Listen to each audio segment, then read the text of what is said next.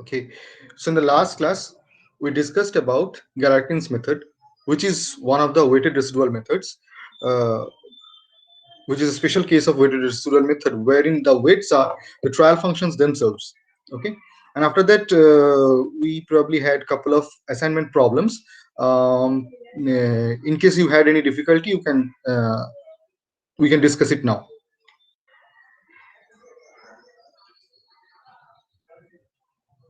Were you all been able to solve the problems? Sir, হ্যাঁ বলো। হ্যাঁ sir বলছি যে ওই মানে যে ইকুয়েশনটা মানে যেটা আমরা ট্রায়াল ফাংশনটা নেব মানে ওটা কি শুধু বাউন্ডারি কন্ডিশনটা মেনটেন করে যে কোনো ফরম্যাটে নেওয়া যেতে পারে? Yes, there are certain rules to that.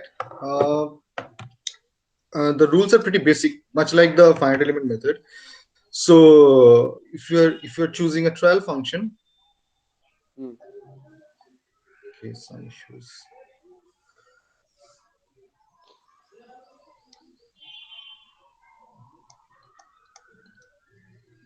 কি হচ্ছে?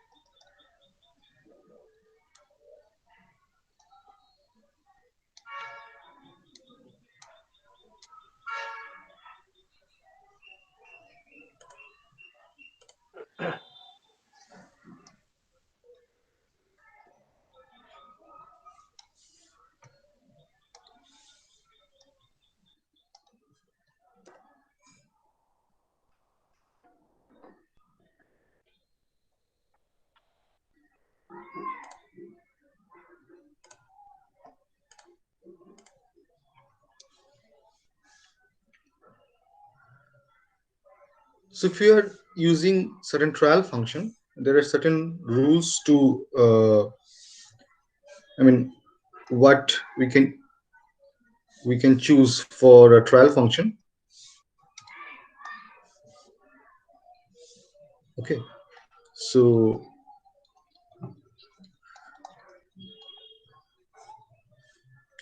first thing is, they should form a complete set. Okay, for example, if you are taking polynomials,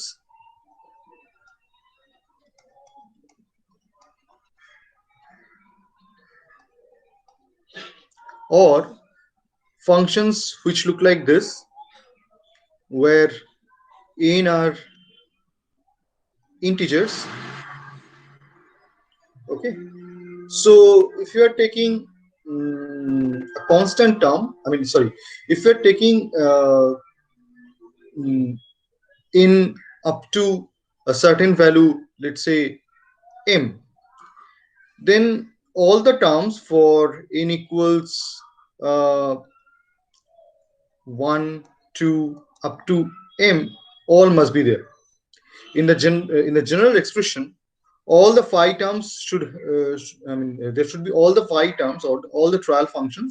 Okay, if the trial function, the general form of the trial function is like this, then all such functions must be there, so that when you have the u tilde, which is an approximate solution to the problem that you are solving, when that is a polynomial, let's say when n is 3, it is a cubic polynomial. Sorry, when n is 3, it is cubic polynomial. Then you must also appreciate the fact that 1 plus c0 plus c0 plus c1x plus c2x squared is also a quadratic function. Sorry, it's also a cubic function. It's just that in this case,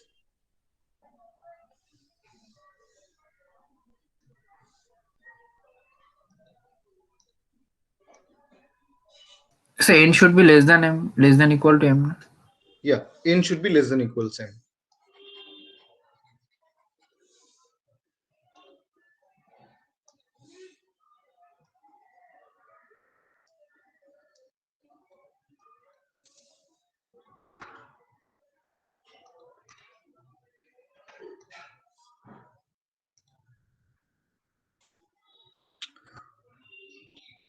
So you can imagine this is 0 times x cube. So understand which one is okay. So if you are taking m equals 3, then your polynomial must have all the terms involving. So these are your trial function. So your polynomial must have all of these terms. Okay. So it cannot be just c0s. I mean the constant term, mm, the linear term, and then you can directly jump into cubic. Okay. So it should be a complete set. Okay. And also they should belong to a given function space. I mean given type of basis functions. There should not be a mix of you see, there should not be a mix of they should either be polynomials or sinusoidal. So there should not be a mix of that. Okay. So these are certain conditions that are there. And of course all the trial functions, okay, that means phi 1 onwards, okay, all of these must satisfy the essential boundary conditions. So third condition is essential boundary condition.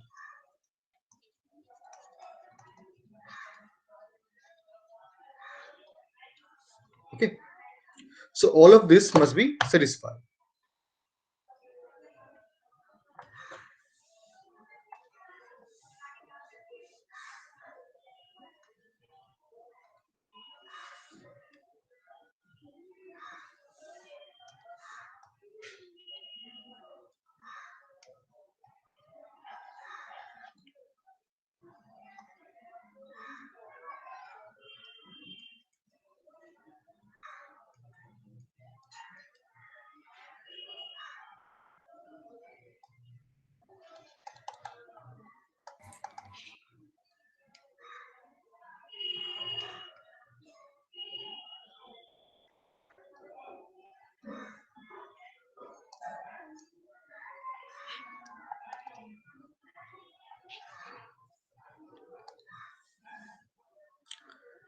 Okay. So if you have is there any other query regarding Galerkin's method? Sir two term গ্যালারি মানে two term মানে তো ওই দুটো weighted function নিতে হবে না, মানে দুটো ইকুয়েশন হবে Duto trial function, yes. Yes. হ্যাঁ মানে আচ্ছা আচ্ছা মানে মানে phi not x plus c one phi one x plus c two phi two x মানে এরকম হবে। Yes. আচ্ছা ঠিক আছে ঠিক আছে, thank you. Okay.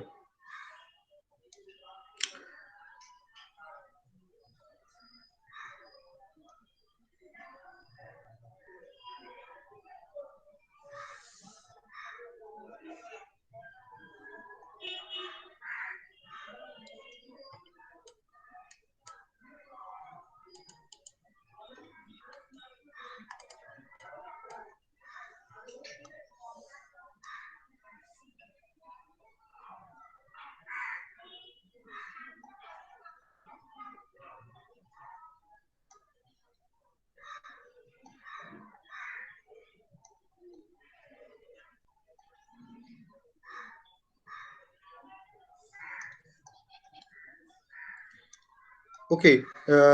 So the next thing that we can do,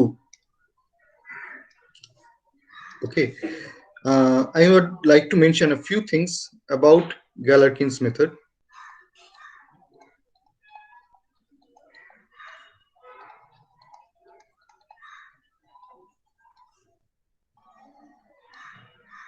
Okay. Now we have been continuously taking analogy from vectors. Okay. And as we have discussed, the function space essentially is a vector space. Now imagine this is a vector. Okay. You are trying to obtain which belongs to a higher space, okay, or a higher set than the set in which you are looking for the solution. Okay. So the answer is that the closest that you can get, that means the way you minimize the residual. So this residual is defined as u minus u tilde, where u tilde is your approximate solution that you can get in the subset of functions that in which you are, or rather the subspace.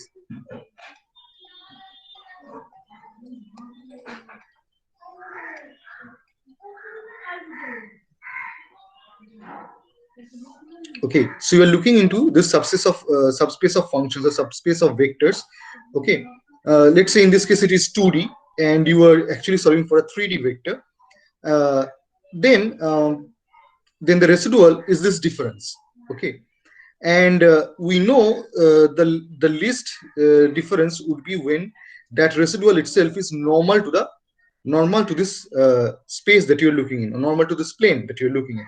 Okay, so there is some sort of orthogonality involved in this expression. Okay, so how do you ensure this residual is orthogonal to this plane? So if you are talking about vectors and not functions, okay, I need you to answer this.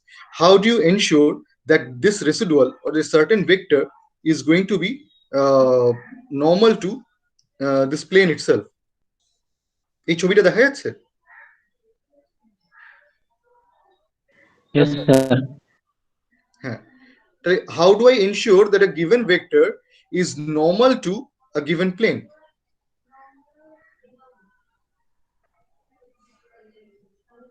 Sir dot প্রোডাক্টটা 0 হবে। Dot product with what?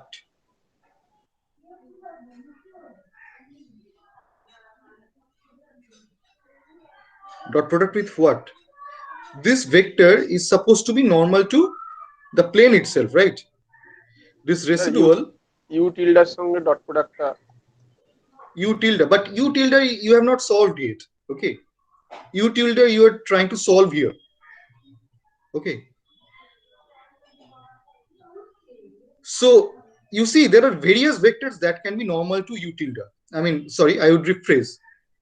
You see there can be another vector which is normal to u tilde and actually not normal to the plane. But how do you ensure a given vector is normal to a plane?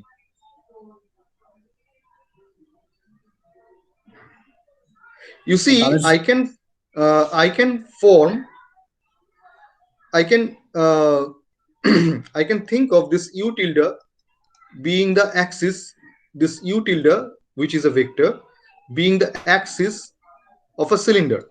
Okay, and I can draw a cylindrical or a circle, okay, around this u tilde. Okay, around this u tilde, in which each vector, so this circle is on a plane perpendicular to u tilde. Okay, so any radial vector on this circle is actually perpendicular to u tilde. Okay, can you imagine there is a the plane of paper is a plane on which I'm drawing this circle, and u tilde is simply normal to that plane. So any radial vector would be perpendicular to u tilde. Okay, but any radial vector, okay, any normal that is normal to u tilde is not going to be normal to the plane, okay, or the subspace in which you are looking for the solution. Okay, then how do I ensure that my residual is normal to the subspace of functions or subspace of vectors?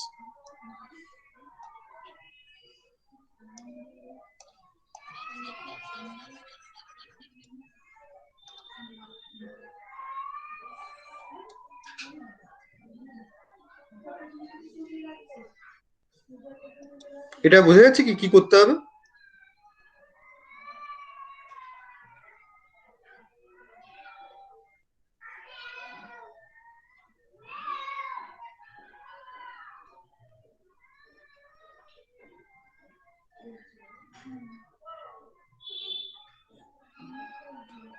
মানে it's not sufficient two be normal to a given vector, এটা বোঝা যাচ্ছে কি? তাহলে কিভাবে আমরা বুঝবো?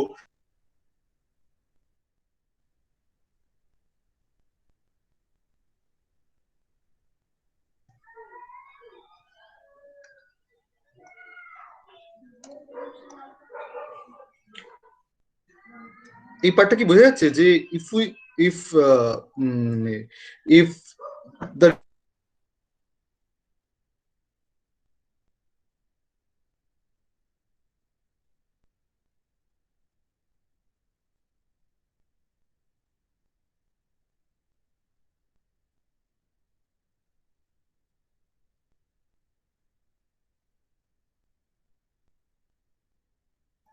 আমার স্ক্রিনটা দেখা যাচ্ছে কি? হ্যাঁ স্যার। হ্যাঁ স্যার এখন আচ্ছা, যেটা বলছি যে when the residual is normal to u tilde, that is not sufficient for it to be the minimum residual. It has to be perpendicular to the plane itself.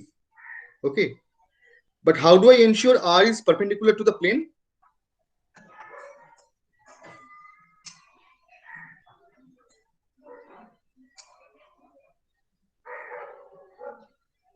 ধরে যাক নর্মাল ভেক্টর দিয়ে কিছু করা যায়, ওটা ইউনিট ভেক্টর দিয়ে। it's not about unit vector, it's about basis vectors. Let's say e1 and e2 are two basis vectors. Okay, and they come from the same definition of basis vectors that we used earlier. They need not be unit vectors. The magnitude need not be 1. Okay, and e1 must also need not be orthogonal to e2. Okay, it's just that alpha 1 e1 plus alpha 2 e2, okay, again e1 and e2 are vectors, is only 0 when both alpha 1 equals 0, if and only if alpha 1 equals 0 and alpha 2 equals 0. Okay, so that is the condition for basis vectors. If I find two linearly independent, so this is the test of linear independence.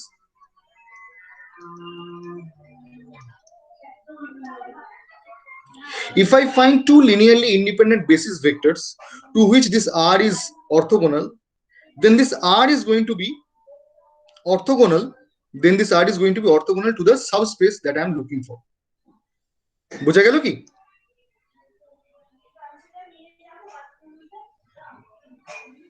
So E1 and E2 need not be perpendicular. E1 and E2 need not be perpendicular to one another. Okay, E1 and E2 need not be unit vectors. E1 and E2 only needs to be linearly independent, and that's when they become basis vectors. Okay, and again that assuming I'm only working with a two-dimensional plane, but if I'm working with an n-dimensional plane, then there should be summation over alpha I ei. Okay, and that is only 0 if and only if all alpha equals 0, for that is alpha equals 0 for all I in integers. Okay, for all I, if alpha is a 0, then only this sum alpha ei equals 0. Okay, if that is the condition, then ei's can be treated as linearly independent vectors of that vector space. Okay, and then they can be treated as basis vectors. Okay, and if indeed the vector space that you are looking into is infinite dimensional, the number of such vectors should be infinite. বোঝা গেল এই অবধি? Yes sir. ওকে, এবার দেখো, when we are using Galerkin's method, this is what we are doing. Okay, let's say this is my differential equation.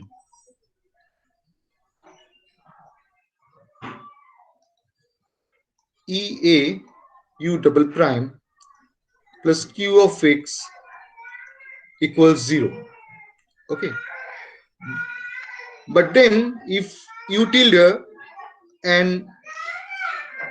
tilde which has the following expression phi 0 of x, which essentially satisfies the essential boundary conditions, and then summation over I ci phi I of x. Okay, and that is an approximate solution to this equation. Therefore EA u double prime u tilde double prime q of x is non-trivial. I mean, it's not 0 everywhere. Okay, if it were to be 0 everywhere between x equals 0 to L, then you're supposed to get the exact solution. And if you are getting an approximate solution, this equation is not going to be true in general, not going to be true for an arbitrary q of x. It's not going to be true everywhere at 0.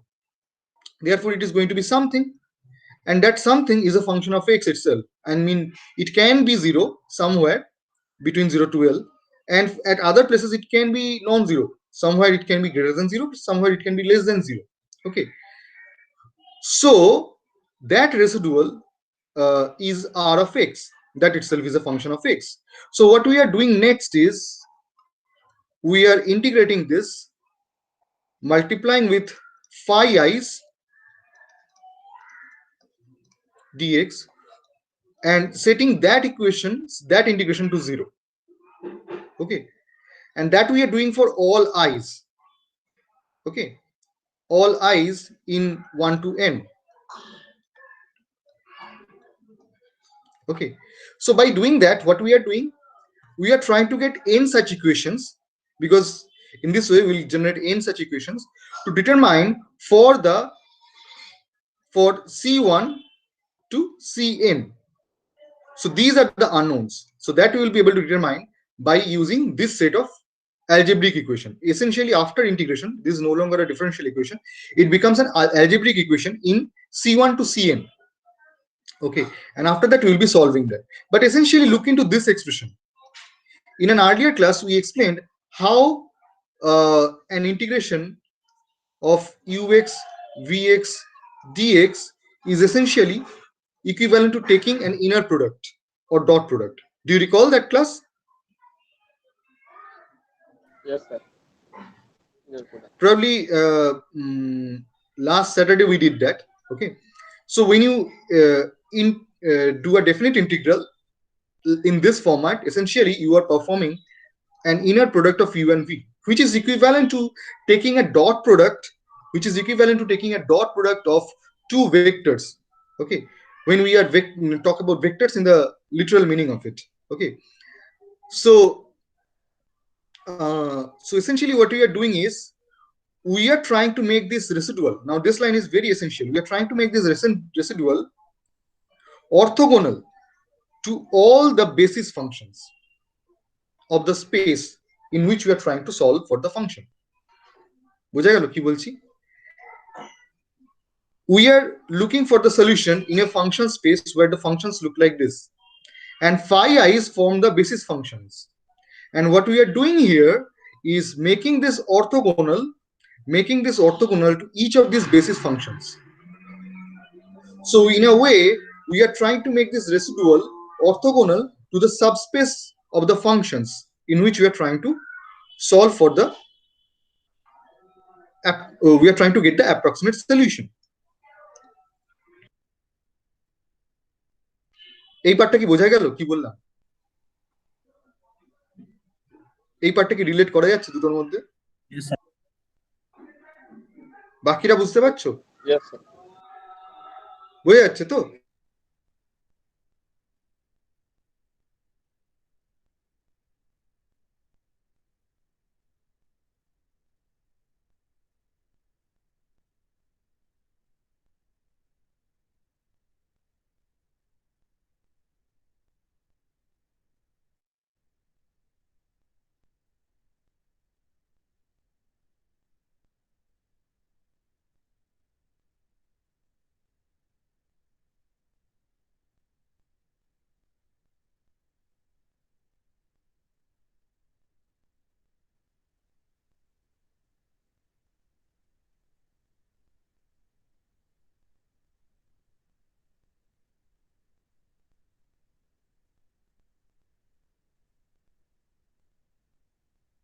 আমার স্ক্রিনটা দেখা যাচ্ছে? Yes, sir. Okay, so what we are trying to do essentially is to make the residual orthogonal to the sub function space. Acha. So now what we will do is, now we'll move on to another method, which is Rayleigh-Ritz method.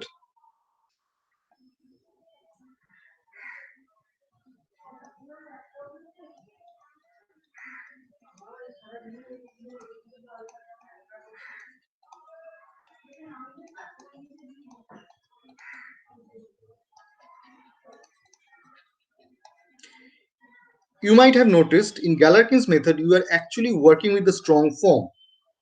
Okay. And the Galerkin's method or any weighted residual method shows you how to get an approximate solution from the strong form. Okay, and we have already discussed when in an earlier class when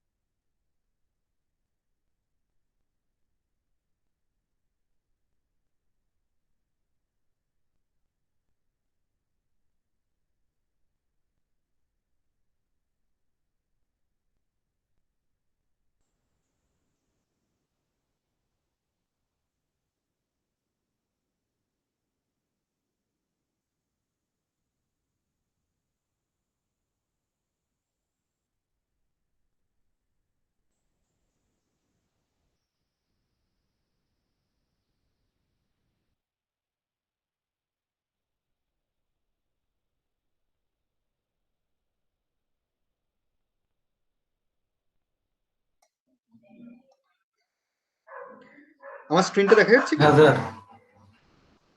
আচ্ছা। So in case of Rayleigh method, we try to solve the problem in weak form. Okay, and I don't recall whether we have discussed this or not, but we can the general form of the minimization statement or the potential energy minimization statement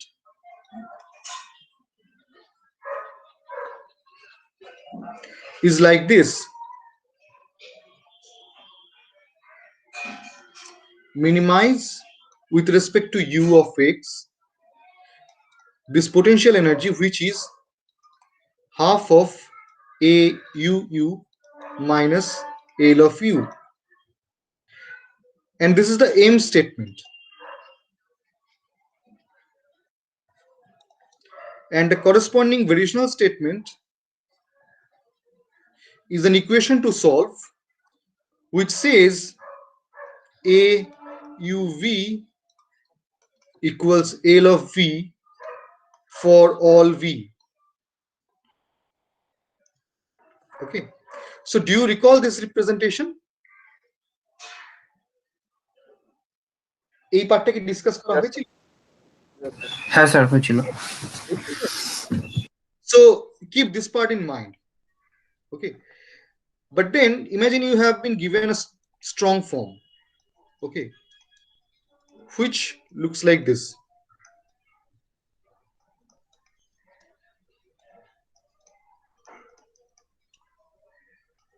And that comes with boundary conditions where u0 is 0, x ranges from 0 to L, and ea u prime at L equals p, let's say, considering the general case here. Okay, so the potential energy,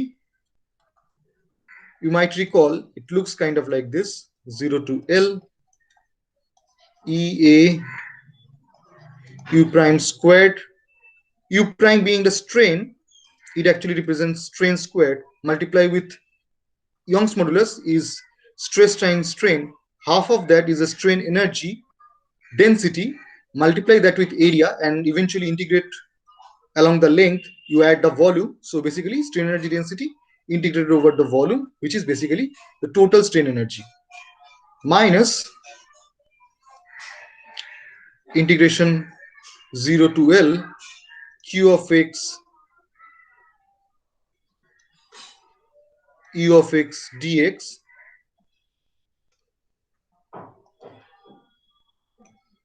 Okay, and also this quantity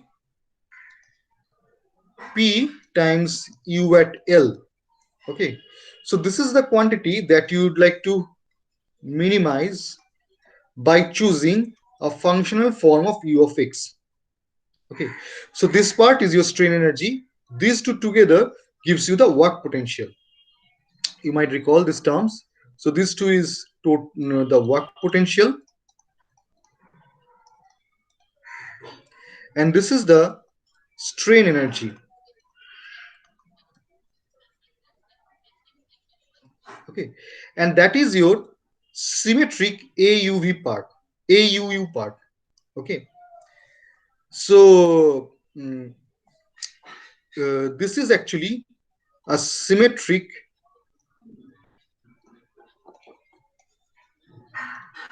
bilinear part. Okay, and this is actually linear in U. This is a linear function of U. If you look into these two expressions, this one is an integration and this one is a multiplication with P. Both are linear in U. I mean, if you want to replace these two functions with something like alpha 1 U1 plus alpha 2 U2, okay, instead of using this, you can easily write it to be alpha 1 times L of U1 plus alpha 2 times L of U2. Okay, and that's what the linearity means. Okay, and what is the symmetric bilinear part? It means A of UV is also A of VU, hence the symmetry, and A of U alpha 1 V1 plus alpha 2 V2 is A alpha 1 times A of U V1 plus alpha 2 times A of U V2. Okay, so that's what the symmetric bilinear part means. Okay, so the next thing is we would show that the variational form essentially boils down to this. So if you might recall, the variational form from which we got the FE equation is actually U prime V prime, essentially A of U V. If this one is A of U U, that thing is A of U V, and that equals to L of V, which is 0 to L Q V dx plus P times V at L. Okay, so I hope you remember this variational form over here, which essentially we converted into finite element form. এই পার্টটা কি মনে আছে? Sir okay, সবার মনে আছে তো এই পার্টটা? হ্যাঁ sir. Okay. Okay, but in Rayleigh-Ritz method, we will be working with the potential energy form. Okay, again, I would like to mention a couple of things here. The potential energy form only exists when you are solving a potential system, a conservative system. For example, in this case, we are solving the problem of an elastic bar being elongated. Okay, we know that when the loads have been removed, the bar will regain its original configuration and thereby conserving the mechanical energy. So in this domain, you will be able to define a potential energy form. The variational form, on the other hand, is more general, and you can define a weak form like a variational form even if the system is not conservative. Okay, also there are multiple ways to define a variational form.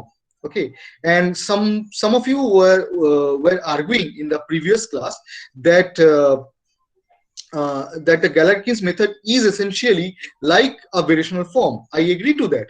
If you think about that, if the residual is orthogonal to any arbitrary trial function in the range 0 to L for all phi I or for all I, then you must think of that a given variation of U, which should be some combination of I should use a different C, let's say C bar phi I, or sorry, I'll call it. So the variation of U, V, variation of U, which is V, can be written as like alpha I phi I, okay, where alpha I is arbitrary, okay. So if this is orthogonal to any arbitrary phi I, any phi I, then it is going to be orthogonal to any arbitrary variation as well.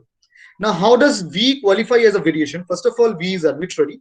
The second thing is, since phi I satisfy the essential boundary condition, that means since phi I is at 0 at the gamma U, V also becomes 0, V equals 0 in gamma U, because the phi I is at 0 in gamma U. So V is also 0 in gamma U. So V qualifies for a variation. And since R is orthogonal to each phi I, so R is also going to be orthogonal to the variation. But you must see that in this case, we are simply, that is essentially the variational form. Okay, so if the Galerkin's in the Galerkin's method, essentially we are incorporating the variational form as well, but we are not transferring the order of the derivative. So in variational form, for example, in the elastic bar problem, we are transferring the derivative from u double prime to u prime v prime with the help of integration by parts. But that's what we are not doing when we are using Galerkin's method. In Galerkin's method, we are directly integrating um, the residual, okay, or the differential equation or the strong form with phi I, and that's where we are solving it from. Okay,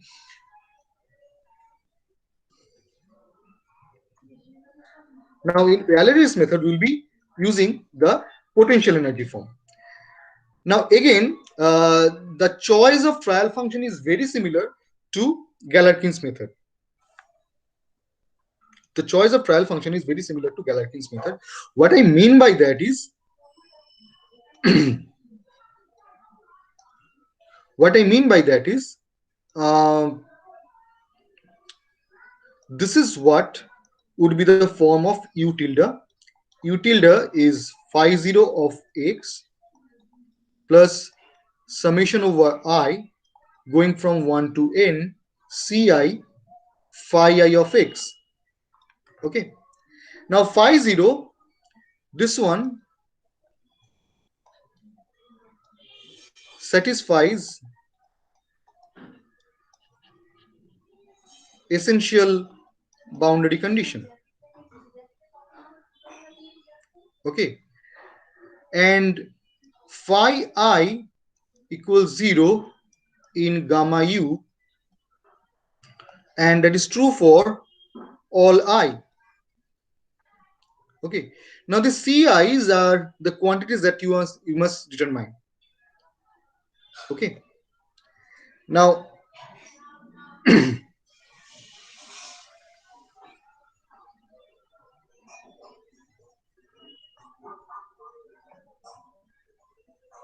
now let us take an example of one type of differential equation.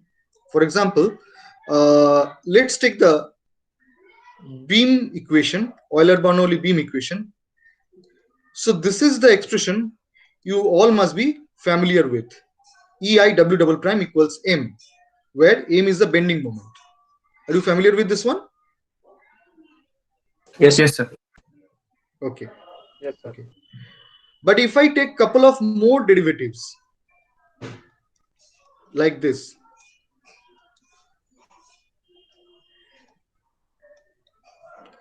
can I call it this, where Q of x, for example, if I have a cantilever beam, Q of x um,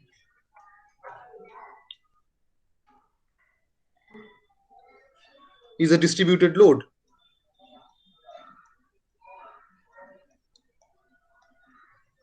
You see, dm dx is the shear force. So m is the bending moment, dm dx is the shear force. What is dv dx?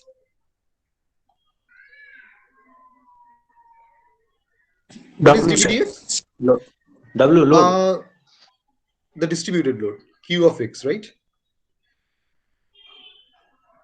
It is q of x, right? W here I'm talking about the downward deflection or the upward deflection, whatever the case may be. Okay. W is the deflection of the elastic. But dv dx is q of x, right? এই পার্টটা কি বোঝা যাচ্ছে কি বলছি? Yes, sir. Okay. So why this fourth order differential equation?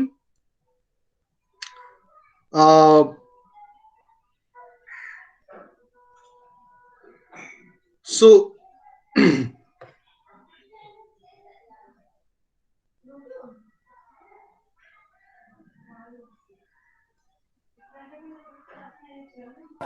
So minus EIW q of x হবে না মানে? এটা হবে, but that only depends on the convention that you are choosing. Okay. For yes. example, you choose if you choose the downward deflection to be positive, then it will have some expression. If you choose the upward deflection to be positive, it would have some expression. Okay. So what we can do is actually we can use a negative sign also over here. Okay. I'm not sure whether it should be positive or negative. Okay, since you are saying it is dm dx is minus v and dv dx is q, so let's call it q of minus q of x. Okay. So now look at what I'm doing here, or maybe I should okay, I'll let it be like this. Okay, so now see what I'm doing here.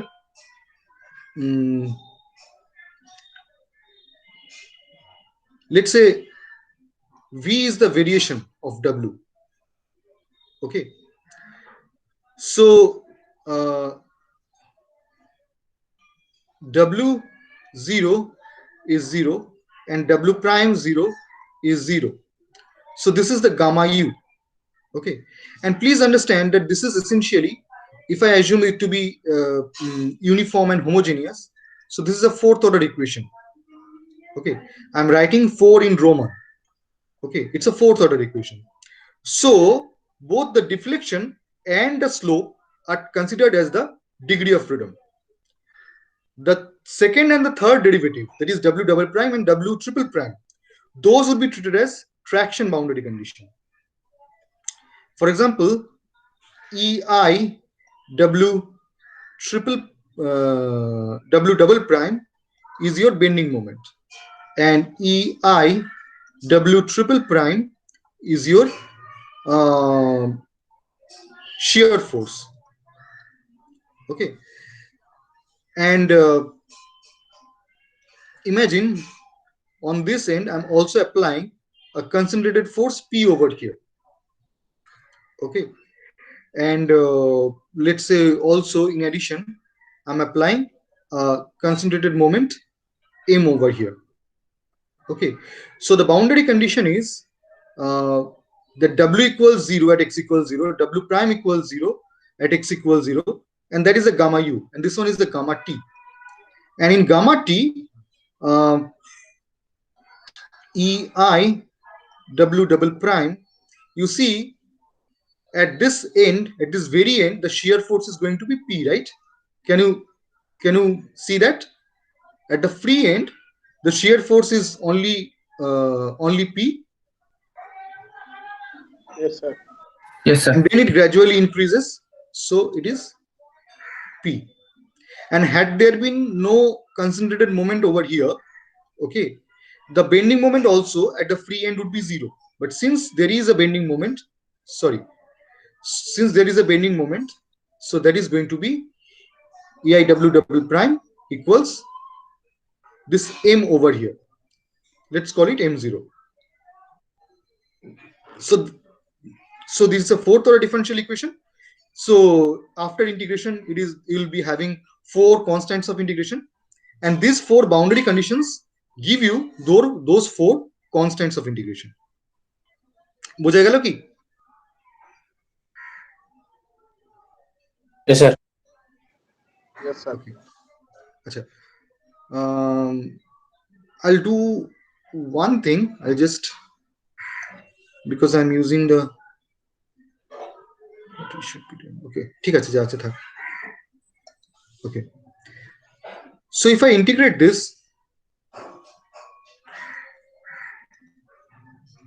with V E I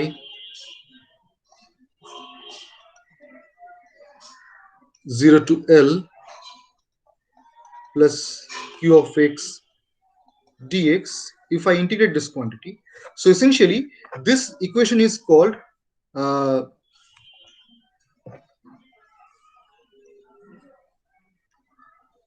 the Euler-Bernoulli beam equation.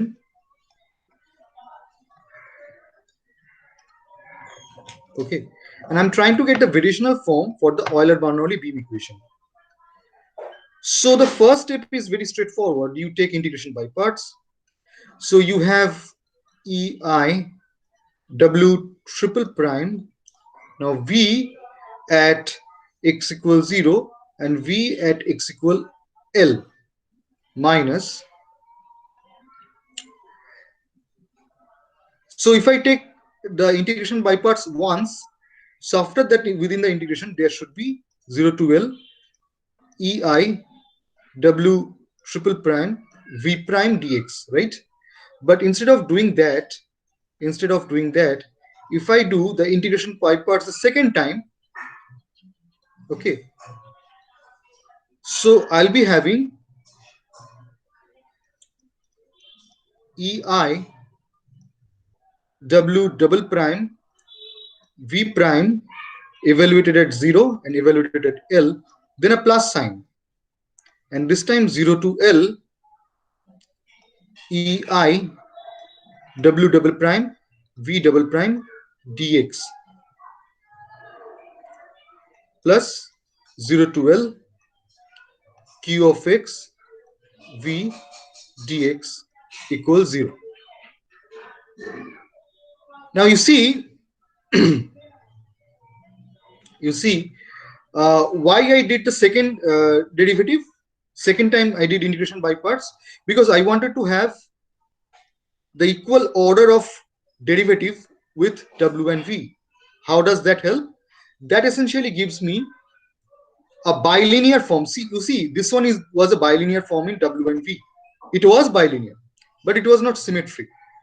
Okay, that means this integration, this thing integrated, you cannot claim this to be, if this is A of WV, you cannot claim this to be A of WV is A of VW. But once you reach here, if this is A of VW, then this is also A of WV. You can switch places of V and W, and it exactly remains the same integration. Okay. So that means I can arrive at a symmetric bilinear part. Why can I do that? Again, I'm talking about the elastic deformation of a beam. I'm talking about a conservative system where the mechanical energy is being preserved. So then I can have a symmetric bilinear form. Essentially, I can define a potential energy. Okay. Now, if I look at these expressions over here,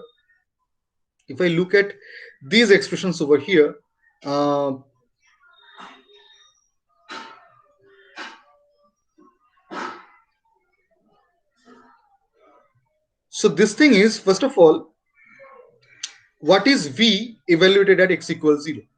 You see, since the value of W and W prime are known at x equals 0, now both of these are now degree of freedom, the slope and the deflection. Since value of these two are known at x equals 0, because they are known, not because they are specified to be 0, the value of V equals 0 at x equals 0 and V prime equals 0 at x equals 0. Okay. So only two things that survive is, so the final expression kind of looks like this. Okay, I believe this should come without a negative sign. Okay, and by that I mean there should be a negative sign over here, and this thing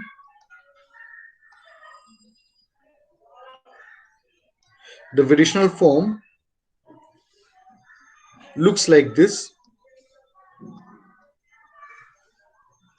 Eventually, the part that contributes to the stiffness matrix in finite element method is going to be this part, and that is the AUV part, AUW part, symmetric bilinear, and then the linear thing in V is this quantity.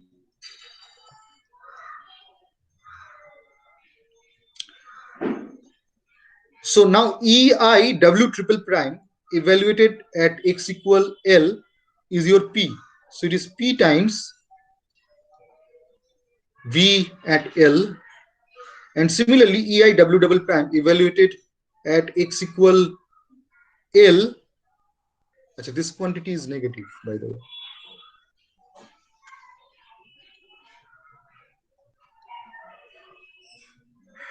EIW double prime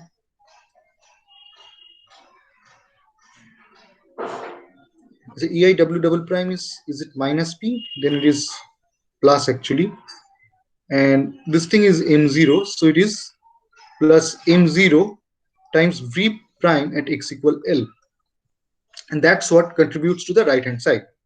Okay, now for the sake of simplicity, for the time being, you can assume P and M0 to be 0. Okay, that means there is only a distributed load and no concentrated force or moment. Okay, now this must be true for all V.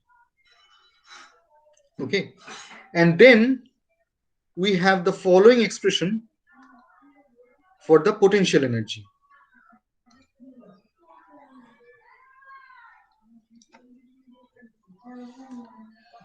So this is how the potential energy looks like. You are actually supposed to minimize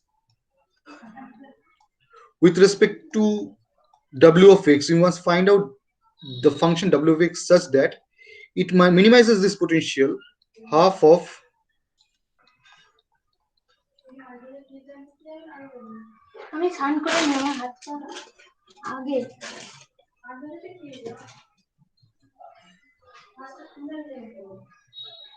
okay minus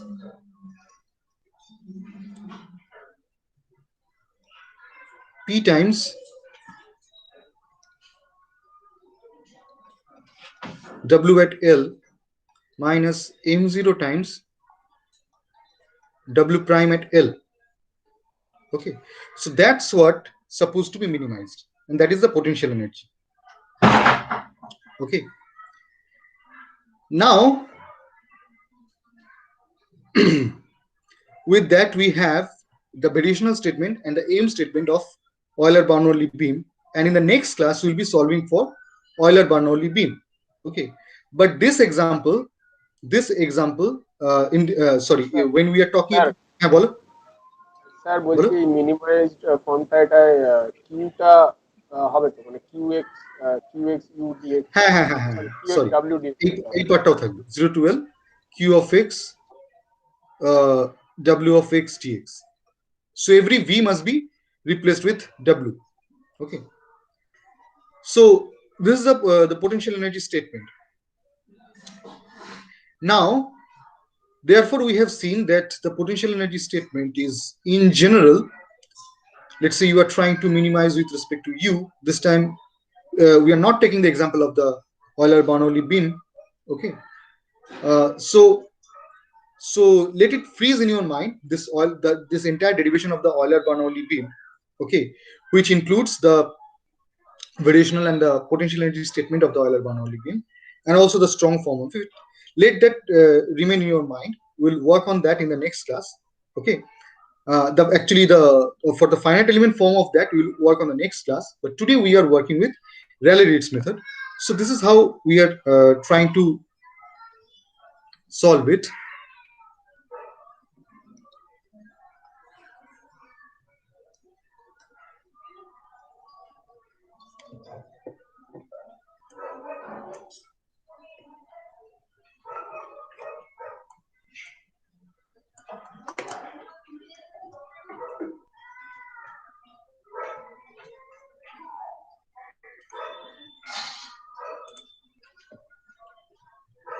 So we only need this expression, and we know that we are looking for a form which says I am supposed to minimize with respect to u, or for that matter u tilde.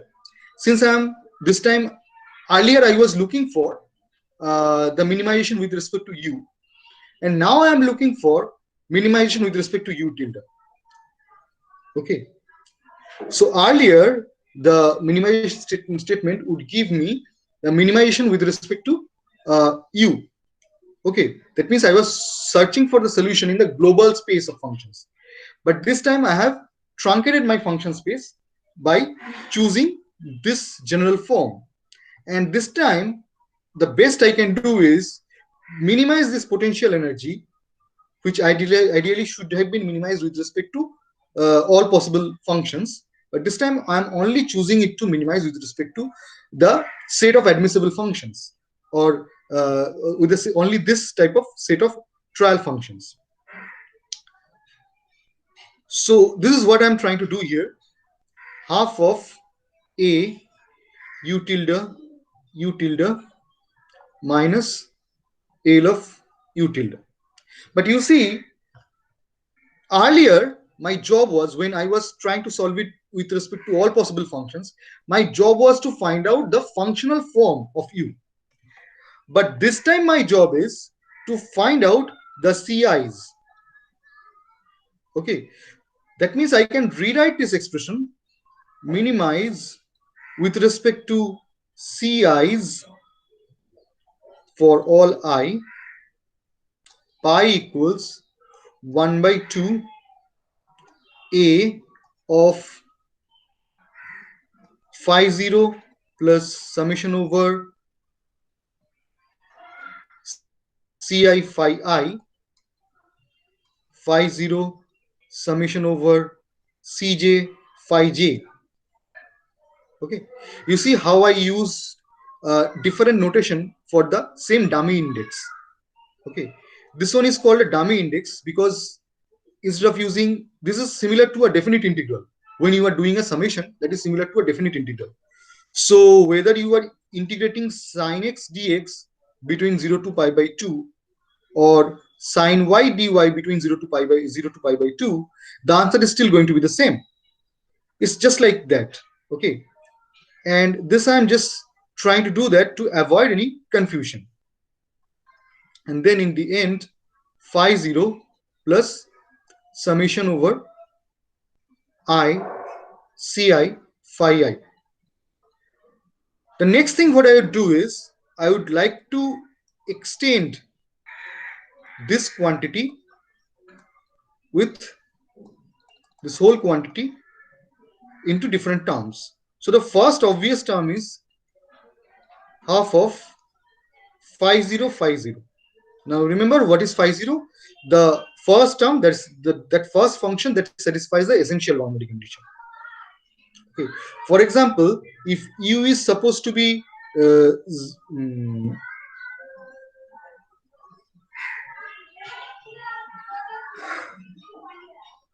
is supposed to be u star at x equals 0, then phi 0 is u star, and all phi I at 0 is 0, and x equals 0 is essentially the gamma u.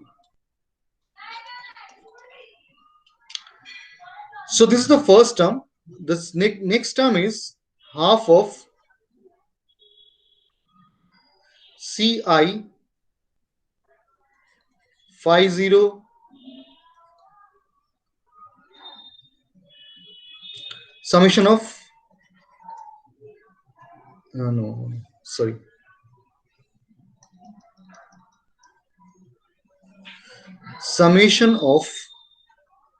summation over I ci a phi 0 phi I. But you see, that will happen twice. Once phi 0 multiplies to this one, and then once phi 0 from this one multiplies this one. So this thing actually should be multiplied with 2. And then the next term, which is Ci Cj, and this time summation over both I and j, A of phi I phi j. Okay, and the expression for L is L u tilde is simply L of phi 0 plus summation over Ci L of phi I. Sir এখানে half টার্মটা হবে না sir? এই মাঝের টার্মটা half হলো না কেন দেখো, sir একটা বাদিক থেকে তারপরে আসবে, পরেরটাতে হাফ টার্মটা হবে, পরেরটাতে হাফটা হবে। Yes, you are correct. The middle term is somewhat like twice AB. Okay, hence the half is actually 1. The last term will have half in it.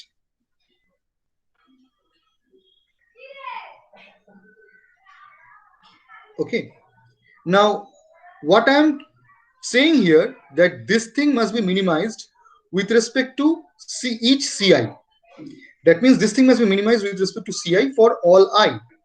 What I mean is that this expression del pi del Ci equals 0 for all I, which means, you see, this A and L are all definite integral. So all I'm supposed to do is take partial derivative of these expressions, and once integrated, they would be functions of, they would be algebraic functions of Ci's, and I'm supposed to take partial derivative with respect to each Ci and set that equal to 0. In a way, I'll get a total of n equations to solve for n Ci's. Okay, so I'm supposed to take partial derivative, and eventually I'll get n equations to solve for n such coefficients. So for example,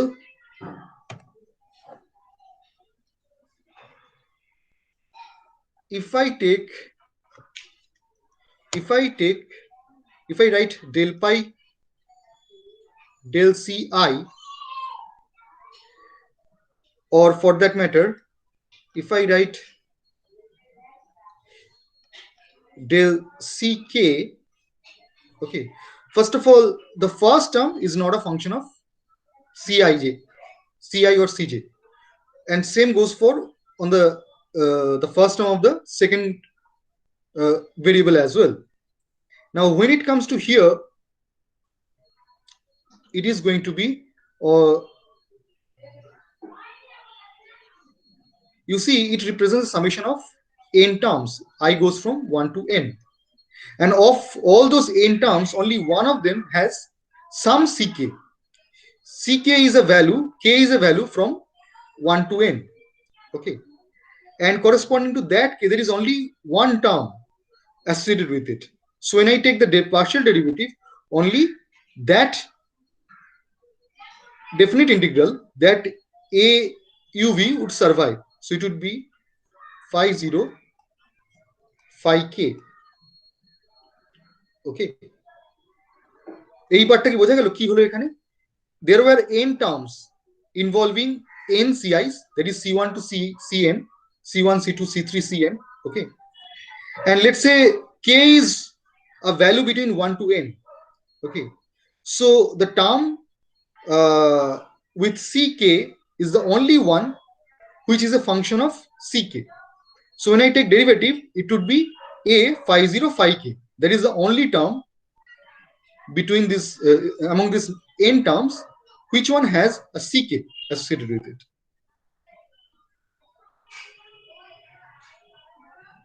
Now the next term,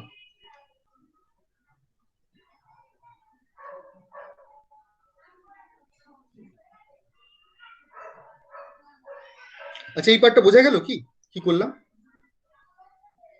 Yes, sir. আচ্ছা, the next term, you see,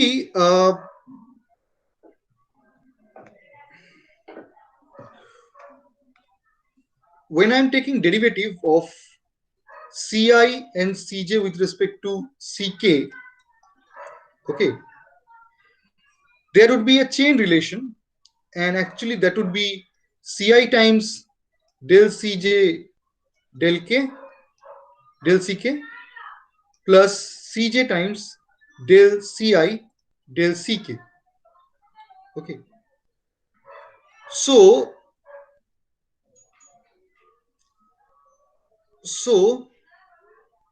the only time del Ci del Ck is non-zero when I equals k. Okay. And only time del Cj del Ck is del Ck is non-zero when j equals k. So I'll be having two terms from here. One term is, so half goes outside. The one term is Ci times a of phi I phi k, because then j has to be k, and the other term being Cj, then I has to be k, so phi k phi j.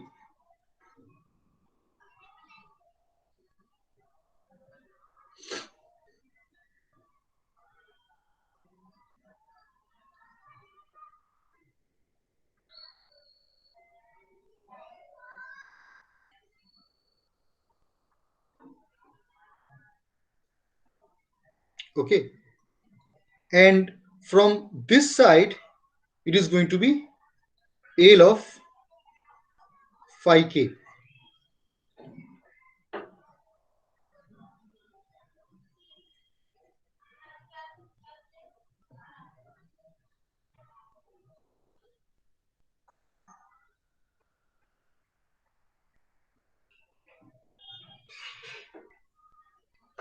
Achha, here there would be a summation over I, and here that would be a summation over j.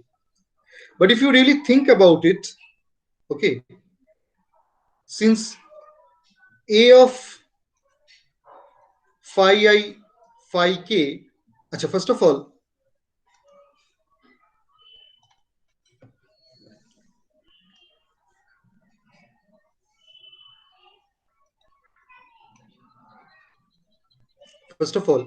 look at this expression. So there will be a summation over I over here, and there will be a summation over j over here. Now, in this term, look at this. I runs from 1 to n. So Ci, I can replace I with j, just because it is similar to definite integral. So similarly, I can replace this j over here with I. Okay, and I can write this to be, again, I goes from 1 to n phi I, and this thing is also Ci. Now you see the same term appears twice, 1 to n. Yes, sir. So what I can instead do is I can simply replace this half, okay, and remove this term.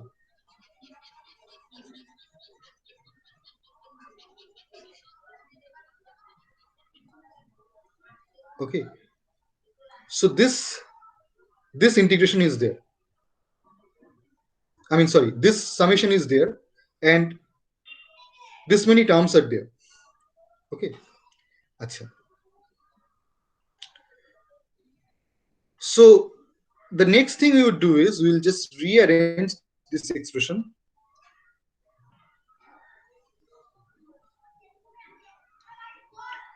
We'll call Kij equals integration phi I phi k. You see, I didn't show this, but a of phi I phi k is a of phi k phi I. Okay, now let's define a matrix such that Kij is a of phi I phi k. Achha, since this partial derivative has to be 0, this equation can be rearranged like this. And I can also define fi as L of phi k, L of phi k minus A of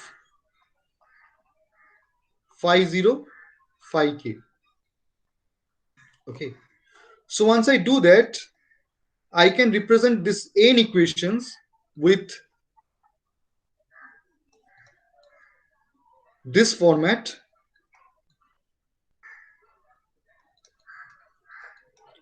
much like our finite element method, where k is a stiffness matrix, f is like the force vector, and the c hat is essentially all the coefficients of the trial functions. Okay, এই পার্টটা বোঝা গেল?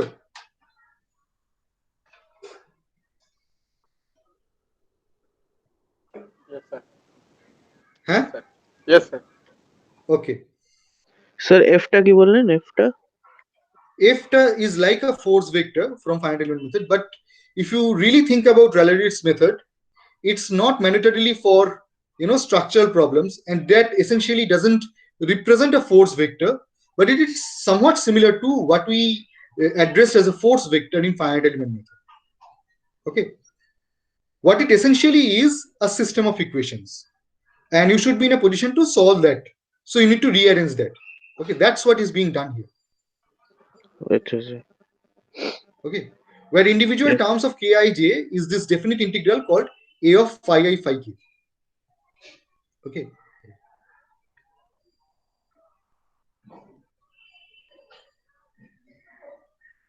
okay, so now we have learned Rayleigh-Ritz method and Galerkin's method. Okay, and the next thing we would do is I'll give you some assignment related to Rayleigh-Ritz method. I'll give you the same assignment that you did for Galerkin's method with quadratic bar element and linear variation. So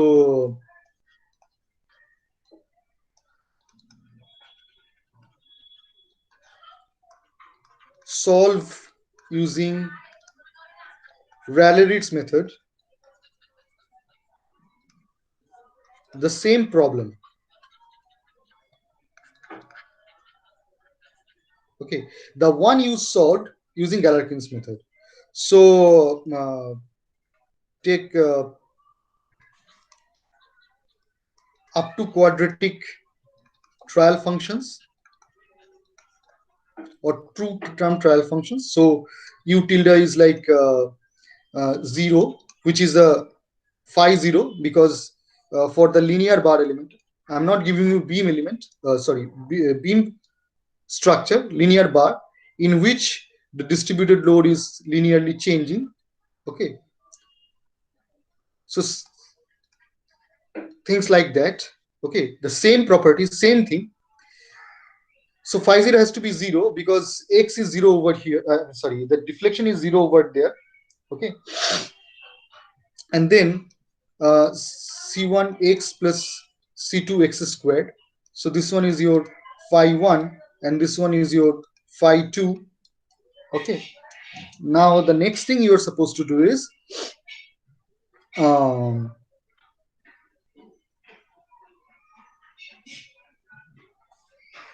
all the same specification as Galerkin method.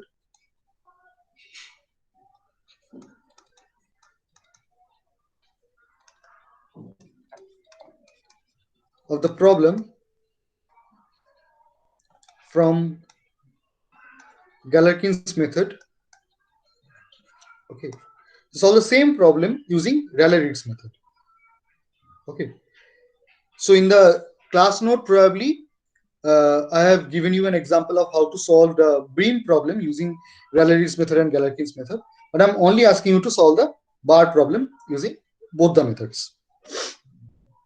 Now, few things about Galerkin's method and Rayleigh-Ritz method, and you might have noticed one thing, that they are very similar to finite element method, and there is a reason for that. The fact being They are predecessors of finite element method, and that is the finite element method actually evolved from these methods.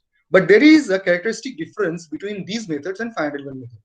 First of all, in finite element method, there is a concept of discretizing the geometry into multiple elements. And we have already done that. We have taken two linear elements, two quadratic elements. Okay. And that means the solution could be, instead of being a linear or a quadratic function, a continuous and continuously differentiable function. In finite element method, the solution could be a piecewise linear function. And that actually gives you a lot of flexibility. Okay. I mean, for situations where the actual solution is also piecewise linear. You see, here I'm showing a distributed load acting across the body. But there could be a situation where the distributed load is only acting on a part of the body. Okay. Yes, this is axial in nature. This is not vertical. This is acting on a bar. Okay. And there is an end load, but that is not acting for half of the length of the bar, but acting only on the remaining half. Okay. When a situation is like that, it turns out the finite element method is obviously going to be more effective. I'm not calling it more accurate, because the accuracy depends on what type of shape function you take, how many elements do you take, but obviously it is going to be more effective because it can address that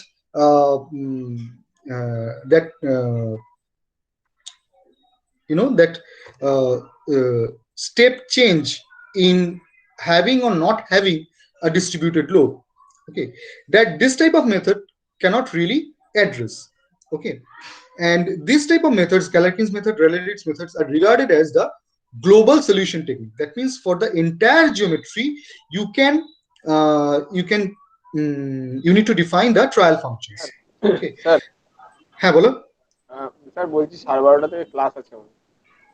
আচ্ছা, I'll only need two more minutes. Okay, I'll just need 2 more minutes. So this type of methods are called global solution methods, which means the trial functions has to be defined for the entire geometry. Now here we are taking the example of a bar because of its simplicity, but then these global solution techniques are also limited to only simple geometries. Think about a complicated 2D or 3D geometry. Think about a plate with a circular hole in it. Okay, and now you would be facing a difficulty in defining a global trial function on this one. It is a lot simpler to define a linear or a quadratic shape function for a tiny element, and then if you mesh the geometry with that element, the same thing applies to everywhere, and it can also take care of if there is a discontinuity in the geometry. So in a way, you see why there is a necessity for evolving into methods which is more suitable for locally using the trial functions or the so-called shape functions. Okay. And yes, in some ways these methods are very similar. So there goes your assignment number. So if I call it assignment number A, assignment number B is comparison between global solution techniques and FEM. Okay, so these two are your assignments for the day. Okay, so you'll find this probably in the class note, but I encourage you to go through the internet and find more details about it. So make a comparison between methods like Rayleigh and Galerkin, which are global solution techniques, and finite element method. Basically the points that we just discussed. Okay, what are the the effectiveness of finite element method as compared to these methods. Okay, এই অবধি বোঝা গেল তো? Okay sir. Yes sir. হ্যাঁ sir. Okay, so we'll stop here. Sir আগের ক্লাসটা পাঠানো হয়নি। আগের দিনের রেকর্ডিংটা? হ্যাঁ স্যার। ঠিক আছে, আমি পাঠিয়ে দিচ্ছি। 1 নম্বর। 2 নম্বর হচ্ছে যে তোমরা মানে বেরিয়ে যাওয়ার আগে নিজেদের অ্যাটেন্ডেন্সটা দিয়ে যাবে, ঠিক আছে? স্যার যে অ্যাসাইনমেন্টটা ওটাই কোনো মানে এমনি A4